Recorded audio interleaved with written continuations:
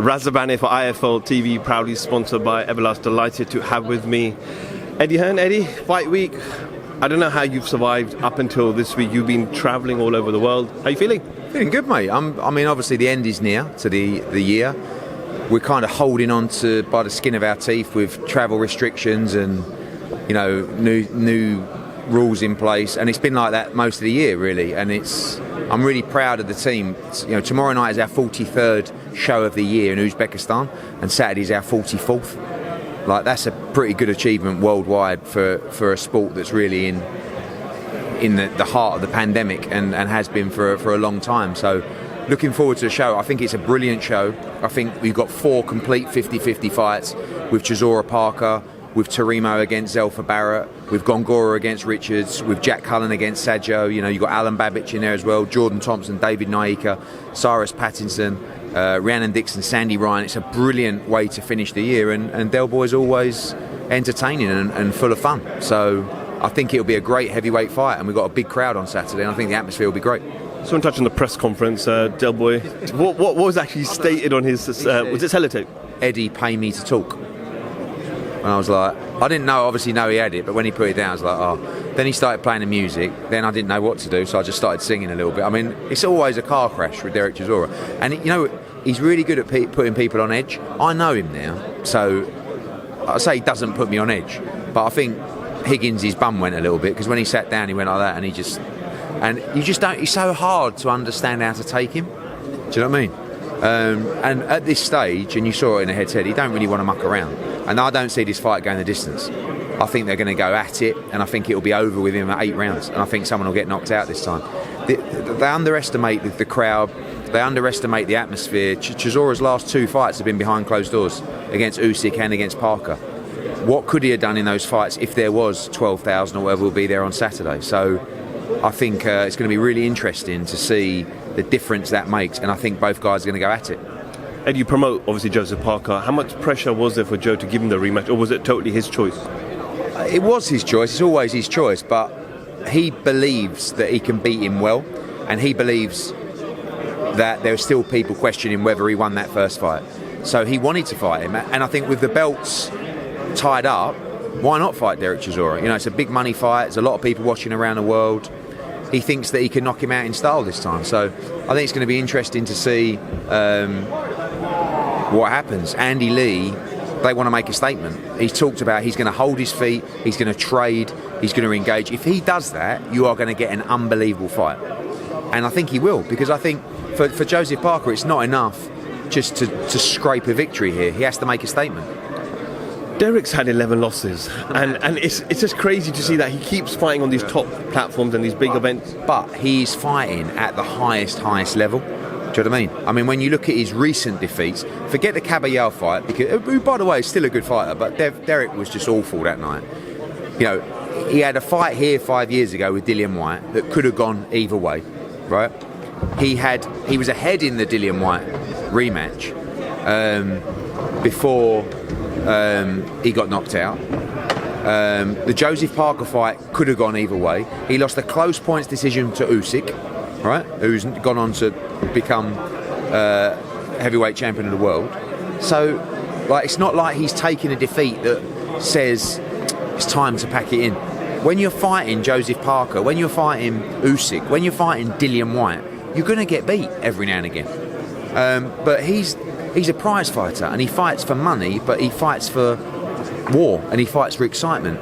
They're both a little bit different in terms of stages there. Parker's thinking, I want to fight for the world heavyweight title again. Derek's thinking, I just want to keep going, I love it. Do you know what I mean? So it's both different animals, but both going in with the same bad intentions on Saturday night. We know the heavyweight titles are with certain fighters at the moment, but what is the route for the winner? If Joe was to win, he's highly ranked for the WBO. Yeah, he is. He's right there. I mean, he's going to end up in a final eliminator with somebody. And I think that Del, I'm not saying ruling out a fight for the world heavyweight title for Del. He's always going to be that guy that fans would love to see in a fight. So he's going to get opportunities. But defeat for Chisora, again, it's a high-level defeat. It's difficult because then you can box at a level below. He don't want to stop boxing. I think he'd fight if he was in 6-rounders. But for Joseph and Andy Lee are saying, we want to find a way to try and become a 2-time world heavyweight champion. So we'll see if that's possible. If Derek loses, where does he go? Probably goes into another big fight, in all honesty, because at his stage in his career, he could fight, I don't know, Ortiz, Ruiz, Arreola, Hrgovic. Like, there's 10 fights, Zhang. There's 10 fights out there for Derek Chisora if he loses. But it's how long do you want to fight that? But he loves it, you know, and I just think he loves to fight. So I think Derek in this fight isn't looking at what happens if I win, what happens if I lose. He's going, let's go and have some fun. And he's going to really enjoy himself in this atmosphere on Saturday. Because as I said, 2 fights behind closed doors. Chisora is at his best when there's noise, when there's energy. And there'll be a lot of energy in Manchester on Saturday. What are the fights you're looking forward to on the card? Which ones stand out for you? I mean, I love Gongora Richards. You know, Gongora is quite a strong betting favourite in that fight. He's arrived 2 days later than he would have liked to arrive, but he's fine. It's a big opportunity for Lerone Richards. You know, it's a proper world-level fight, that is. Bruno Tarimo against Elfa Barrett will be fireworks. Tarimo, you know, I spoke to a lot of Australian fighters who just said this kid does not stop coming all night. You know, he's really a featherweight, but he took this opportunity because he had a couple of fights at super featherweight, found himself number 4 in the world, and now this is an eliminator for the IBF world title. And I have to give unbelievable props to Jack Cullen, who is in a much tougher fight than he was supposed to be in because he wants to win this European title. He sold over 1,000 tickets to the Little Lever Meat Cleaver. And the atmosphere is going to be brilliant. Like I said, 4 complete 50-50 championship fights, sprinkled in with a lot of talent. Alan Babbage, and I'm looking forward to seeing Jordan Thompson back, David Naika, and many more. Okay, we'll roll on Saturday night. Eddie, just a couple other bits. I won't go into too much detail. I know Coogan caught up with you only a couple of days ago. Conor Benn did an interview with us, was it Monday, I believe, or Tuesday? He spoke about Adrien Broner and maybe talks have started with his team. Can you give us an update? Yeah, I got a call with Broner tonight. I mean, with Broner? Yeah. I mean, I think that Broner wants to have a good final run in the game. Yeah, and I think he would like to have a fight in Cincinnati or wherever, and then he talks about 135 and 140, but he never actually makes that weight. I think in his head he would rather fight at 140. I would like to bring him over to the UK in April to fight Conor Benn. It's an O2 sellout, it's massive. But we'll see how the talks go tonight. It's certainly something we're going to be pursuing. Are the talks down to money? Yeah, of course, always there. I mean, look, you're never going to make Adrien Broner an offer that he thinks is fair. Do you know what I mean? But I think with Adrien, you know, without speaking to him in depth, which I'll do tonight, it's about a plan. You know, it's about sitting down with this guy and saying, listen, you've got one chance here, last chance of your career, this is how this plan's going to go. And if you keep winning, then, you know, we're going to have a lot of fun. If you get beat, you're done. But there has to be an understanding of the value of the fight and the purse for Adrien Broner. And we will pay him as much money as possible, and we'll be as fair as possible. It's just down to whether he feels we're being as fair as possible, which probably is unlikely. But, you know, I would love to work with him. I've wanted to work with Adrien Broner for a long time. He's still a big star, big draw. Yep, does some silly things. Many people do. But people will tune in and watch Adrien Broner. Correct me if I'm wrong, the last time you made an offer to Adrien Broner, he went out and made it public. Yeah, was that? You a bit sceptical about what happens tonight and what he says tomorrow? It is what it is. I made him an offer and he published it on Instagram, which was mad, really. But, you know, you're never going to... Adrian's never going to really do as he's told, is he? So, it's like Derek. You know, if I said to Derek, mate, don't put a bit of tape on your mouth, like, can you just talk? He'll go, no, you ain't going to be told what to do. But they're the characters, right? You're not the ones that sit there and go, oh, yes, I'm looking forward to Saturday. People tune in to watch Derek Chisora because he's a lunatic. Yeah, people tune in to watch Adrien Broner because they hate him or they think he's obnoxious. But you have to, people have to have an opinion on you to tune in, good or bad.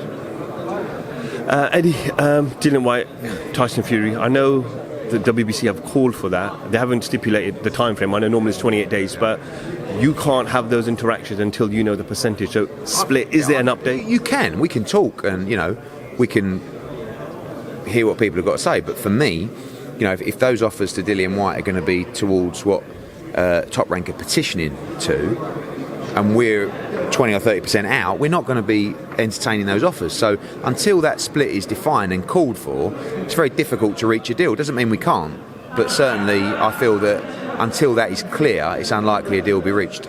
I know each governing body has its own rule. What is WBC's normal protocol on a mandatory fight? I believe it's between 70-30 and 55-45 for an interim champion. That's the key here.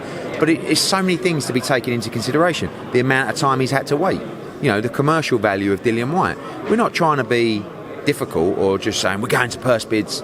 We just want a fair deal for Dillian Whyte, and he needs to be respected as a challenger that's waited a long time. And if he is, the fight will happen. I'm sure he'll accept an offer. And if not, we'll go to purse bids and we'll make sure he gets what he deserves. I know you were having some meetings in Dubai talking about potential site deals for Joshua Usyk, because it seemed like that is going to be Joshua's next fight. Any updates? No, all around the Middle East with site visits, and I think we just have to do our job, go out there and see what's in the marketplace. I still feel like Usyk Joshua should land in the UK. I think it probably will. But obviously there's a lot of people that would like to stage that fight, and that's what those meetings were for this week. Any discussion with Lou yet about Haney Kambosos? Not yet. I believe Devin Haney's coming on Saturday, so we're going to sit down with him and Bill, start talking about that fight. I think Bob Arum is pushing Lomachenko now to be called as a mandatory for Kambosos. So really Kambosos has two options: undisputed with Devin Haney in Australia, or a standard defence against Lomachenko. And I think we're in a good place. Ed, I know you went out for Canelo, and you made it very openly and publicly said you might not be welcomed as you want to be welcomed. You and Leonard have gone back and forth. Well, not you haven't really written too much, but Leonard's done a lot of interviews. Is this pure hate? Is this hatred? Is this trying to take you off the map, remove you from the States? It's not hatred from me. When you mention PBC or Leonard Ellerbe's name, my blood levels, my heart rate, my blood pressure just doesn't move, because I have no feeling towards these people. I'll do business with them, I'll have a beer with them, don't really care. But there's a huge amount of hate coming the other way, and I find it flattering. But also, I've had a lot of support over the last week or so, from fans, but also from people in the industry. And shout out to Bill Haney and my friends at Devin Haney Promotions. A lot of people have got my back, which is nice. But I've also got a lot of support from British fight fans, the ones that are smart enough to see what I'm trying to do, which is go into other markets, right, with our flag, the British flag, a Matchroom flag, and say, we are here, and we're going to do something different. And that's difficult to do. And I'm not expecting any support from people in that market. Like, I wouldn't. If I was, I'm in the UK, and if I see an American promoter want to come over and take over boxing in the UK, right, your back's against the wall. So, I don't know. I mean, Leonard keeps saying, I'm not going to talk about it anymore, and then tweets about another 10 tweets about it. But honestly, I have no feeling towards that guy at all. I'll just look at it now, and I'll say that they say Tank did 55,000 buys. Who knows? 55,000, 65,000, 80,000, 100, whatever it was. But I'm just watching now the arguments online as a sort of an outsider. And, people get very angry in this sport, There's a lot of bitter people. But I think that just happens over time. But I'm chilled. Ed, where did it go wrong? Because I remember, I think maybe 5-6 years ago, being at a press conference for Dominic Brazil and Anthony Joshua, and Stephen Espinoza was there to announce a 6-fight deal with Anthony Joshua at the time. You were working with PBC, with De Gale, with Frampton and others. I think Lee Selby. Not really, though. They never wanted me to work there. With the De Gale and Selby issues, that was because I still had some involvement contractually. And they never wanted me involved in those issues. In fact, they tried to sign them without me. They tried to sign Kell Brook without me. So it's never been friendly. And with regards to Dominic Brazil and Stephen Espinoza, Espinoza was all over me because I signed a deal for Anthony Joshua, the world heavyweight champion. And when we took him elsewhere, it didn't go down very well. But Espinoza, again, I'd do deals with these guys all day long, but they just seem to take it super personally, which again is probably a little bit of British sarcasm and a lot of envy and a lot of just like inner frustration. But just finally, Canelo. I know you're going to meet him soon and lay out the offers for him. But do you want to really see him go up to cruiserweight and become that fifth weight? I think you're going to need to present something to Sal and Eddie that excites them.